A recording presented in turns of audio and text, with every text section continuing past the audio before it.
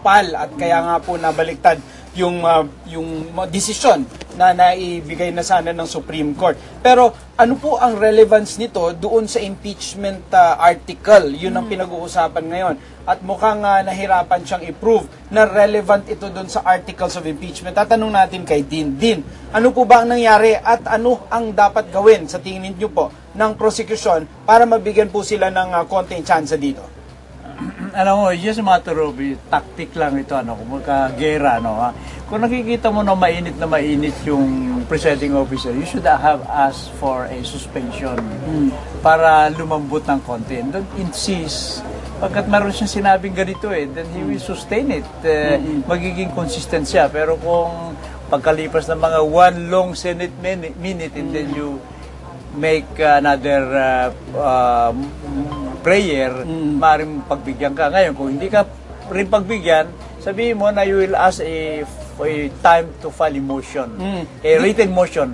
Kung ayaw pa rin, then you make a proffer. Yung sinasabi ni Atty. Mark kanina, proffer of evidence na kung nagsalita ito, ang sasabihin niya ay ganito. You put it on record. Din, pero ang itong sabi ng abogado na pakilinaw po yung sinabi niya na hindi naman daw po ito, this is an evidentiary matter at hindi po ito ultimate fact na kailangan doon. Ibig sabihin, ay itong testimonya nitong officer ng PAL ay susuporta lamang doon sa kanilang inalleged sa articles. At mukhang hindi pa rin po nakakumbinsi ito sa Senate presiding. Maaring close ng konti ang mind ng presiding officer at hindi naman siya sinakluluhan ng mga senator judges, kasi nagbubunga na rin yung palaging sinasabi ng Defense Counsel na walang due process sa kanila. So, napigilan ng konti yung mga judges, baka sabihin totoo pala yung sinasabi ng Defense Counsel. So, in short, nagbubunga ng konti yung kasalita ni Secretary Cuevas. Pero, sa tingin ko, meron namang relevance May relevance sapagkat natukoy naman yung kaso doon sa articles of impeachment. Kaya nga lang siguro is a bad day in a bad time para mag-insist. Kaya dapat siguro gaya niya, nag-break, pag-usapan nila kung ano yung strategy nila at mainit ng konti yung ulo ng presiding officer. Mukhang sa simula pa nga, Kathy, mainit na ulo. Kanina pagbukas pa lang, medyo mainit na ulo ni Senate President. At medyo nasabon nga itong si Representative Sherwin Tugna, dito pa lang sa pag-uumpisa ng kanyang pagsasalita, pagbubukas pa lang niya nitong Article 3. Ipaliwanag nyo nga din kung bakit naging ganon ang pagdidesisyon ni Presiding Officer Juan Ponce Enrile na pagbigyan itong motion to quash nitong depensa. Well, wala namang motion to quash at this point in time. Kaya nga lang, itong very critical na evidence na isasubmit in relation to that particular case ay hindi nila maipipresent. Siguro, yung mga nununod sa atin, nakikita nila ang hirap ng mga abogado sa actual court, sa mga court.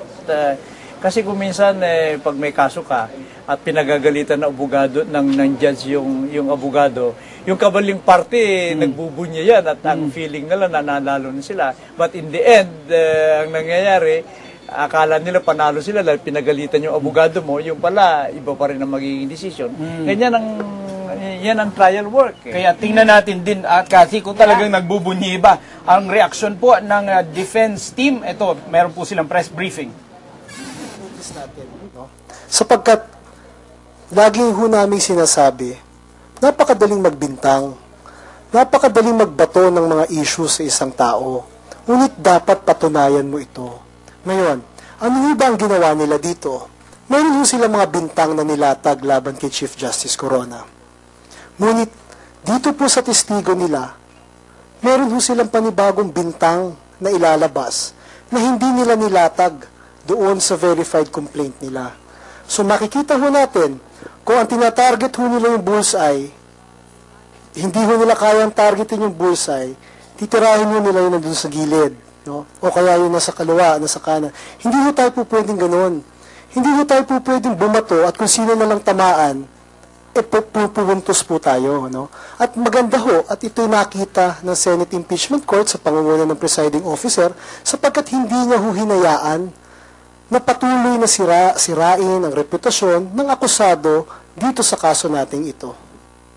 Di ba may pending pa ho yung inyong motion para i-quash yung subpoena doon sa PAL officers? Tingin nyo yun na yun, hindi nyo na yun. Oo. Sa palagi ko, ito na yung resolution kasi nga, kung maalala ninyo, bago nagsimula yung direct examination nitong witness from PAL, sinabi ni Justice Cuevas na meron kaming final na motion to quash yung subpoena para dito. At sinabi niya yung basis. Yun nga, immaterial, irrelevant. At nakita natin na ito na ata yung naging ruling ng impeachment court tungkol dito sa motion to quash. Kanina bago dumating yung witness, yung opening pa lang kay Congressman Pariñas, binanggit na ni JPE na magulo yung inyong article. Yung article 2 nyo pa lang, kaya tayo tumatagal, etc. Anong masabi niyo? Well, alam niyo po, obserbasyon po yan ng presiding officer. Kami naman po sa depensa, meron din po kaming obserbasyon. At patuloy po, no, simulat sa poll, nakikita niyo naman po tuwing kami tinatanong niyo at tuwing kami sumasagot, sinasabi ho namin na meron talagang mga defective na o may mga kakulangan itong verified complaint. In fact, sa umpisa pa lang, talaga namang nire-raise na namin itong mga fatal defects dito sa verified complaint. At alam niyo naman po, no, dahil nga sa kagustuhan natin na sumapi at sumali dito sa impeachment proceedings, tinutuloy po natin. Ngunit every step na makikita ho natin at nare-raise ho itong mga infirmities na to, itong mga kamalian na to, makikita ho natin na hindi ho namin ginagamit yung technicalities. No? Ginagawa ho talaga namin ito sapagkat mali. Ginagawa ho namin ito sapagkat kailangan ho namin gawin para maproteksyonan yung karapatan ho ng aming kliyente. No, so, siguro in a way po, mahusay at nakikita na ho unti-unti, hindi lamang po ng mga ng presiding officer na ng senator judges, but most especially, nakikita na ho ng taong bayan kung ano ba ang sustansya nitong verified complaint na inilatag laban kay Chief Justice Corona, kung meron man. Yung idadagdag ko lang doon, no, hindi lang naman to para sa kapakanan noong nasasakdal dito sa impeachment na ito. Yung ginagawa dito ay pinapatupad yung tinatawag nating rule of law na kung ikaw ay magsasampa ng kaso, kaya nga ang sinabi ng ating presiding officer, kung gusto nyo talagang ilagay yan, then amend your complaint. Kasi hindi nga, sabi niya, we have to exercise some discipline here. Na hindi pwedeng i-disregard mo ang lahat ng patakaran ng saligang batas at ang rules para lamang kung meron kang gustong matuntunan, kung gusto mong akusahan yung isang tao, kailangan mo sundin mo yung tamang proseso. So, ang makikinabang dito ay yung pagpapatupad ng rule of law, hindi lamang ang nasasakdal, pero syempre lalo na yung taong bayan din. Do you feel na JPE should have made the same ruling or decision with regards to Article 2? Makikita nyo naman dito, this proceeding is a work in progress. Makikita nyo, maliwanag ang posisyon ng ating Senate President, Presiding Judge. Makita nyo yung 2.4, yung ill-gotten wealth, dahil po hindi ito nalakalahok o nasasama sa Article 2. Nang tanging sinasabi lamang ay filing and disclosure ng SALN, ay tinanggal po nila. Kaya lang naman po tayo umabot ng ganito kalayo at marami na ang nasakop natin dahil sa pagpilit na wala man ng 2.4 ay ito ay pumapasok at sinasaklaw ng 2.3. Nang sabi po nila na kung hindi raw na-disclose ay ibig sabihin may presumption na ill-gotten po ito. Ngayon naman makikita nyo, fairly consistent rin naman ang presiding officer natin na sinasabi this time, siguro lang kaya nyo lang naalala ito, mas matigas ang posisyon niya. It's been fairly consistent. Ngayon kasi parang may gusto niya, there should be some discipline. Huwag na natin allow ipasok hindi dapat ipasok. Yan po. Sa reaction naman doon sa pag-a-adapt ng mga prosecution, doon sa mga witness, particularly kung maganda yung mga lumalabas ng mga ebidensya, particularly yung ngayon ina-adapt nila itong si PS Bank President, doon sa mga 8 banks account ni CJ Corona. Any reaction on that? Oo. Tingnan kasi natin yung katauhan ng testigo. No? Itong mga testigo na ito, iprinisenta to ng prosecution sapagkat meron silang gustong tumbukin na aligasyon. No? Okay. Pinatawag ngayon yung testigo, tinanong, sumagot, tinanong ng senator judges, sumagot, tinanong sa cross-examination, sumagot. may mga impormasyon na lumabas. No? Yun yung testimonya niya. May mga dokumento rin na lumabas. Okay. Ngayon, ang nakikita ho natin, yung prosecution, kumbaga sa isang puno, pag namimitis ho sila ng bunga, kung maganda ho yung bunga, kukunin nila, yung bulok, itatapon nila. Hindi ho kasi ganun dapat. Sapagkat ito, simulat sa pulpa lang, kinuha ho nila to para tumindig yung kanilang kaso. Pero nung sa gitna na, nung hindi naman nila nakukuha yung sagot para suportahan yung kanilang aligasyon, tila bagang tinataboy nila. No? Hindi lang naman ho ngayon nangyari ito. Kung mapapansin nyo, yung kay Noli Hernandez, pinatawag ho nila. Nung nasabi nilang hindi nila gusto, nung nakita nilang hindi nila gusto yung mga sinasabi, ginagawa ho nilang hostile witness. No? Yung dito sa pagkakataong ito, nung sinabi na isa sa mga kasamahan nila sa Kongreso, ang lumapit, sumangguni, ang nagtanong dun sa account, sinasabi nila, hindi naman yata ito kapanipaniwala. Yun ho ang dito, sapagkat alam niyo po, si Attorney Tranquil, si Attorney Karen, matagal-tagal na rin naman ho kami nagpa-practice. No? Sa korte ho, kapag ka isang witness, prinisinta mo, pinakita mo yung purpose ng kanyang testimonya, sa kalagitnaan, hindi mo po pwedeng sabihin na, ay, hindi pala akin to. Ay, mali pala tong testigong to. Hindi po pwedeng ganon.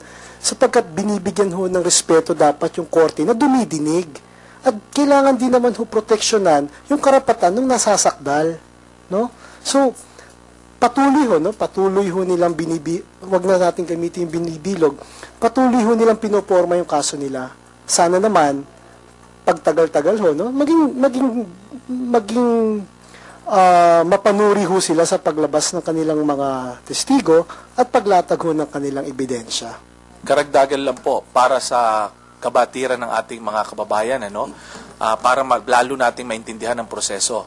Ganito po yan. Pag ang isang partido ay nagpresenta ng testigo, siya po ang may-ari ng testigo. Hindi na po yung in a sense na pagmamayari, siya po ang nagdala nito at testigo po nila yan. Kung kami po ay nagdala ng testigo, kami po, amin po yan. So yung mga nakaraang testigo po ay kanila po yon. In fact, meron silang formal offer of evidence.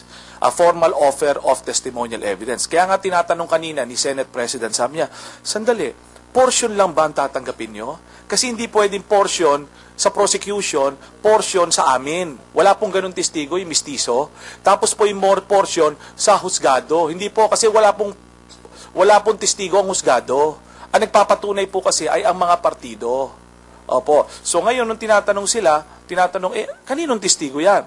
Ngayon, kung di ka sang-ayon, pati ba yung admission, sabi ni Senate President, pati ba lahat ng sinabi niya, that would include yung statement na peke, na parang may substantial difference, inaamin mo? Hindi po. Insofar as the 8 lamang. So in that case, ayon po sa batas na hindi nila ginawa, they should have what? Requested the court to declare that witness as a hostile witness. Hindi naman po nila hiningi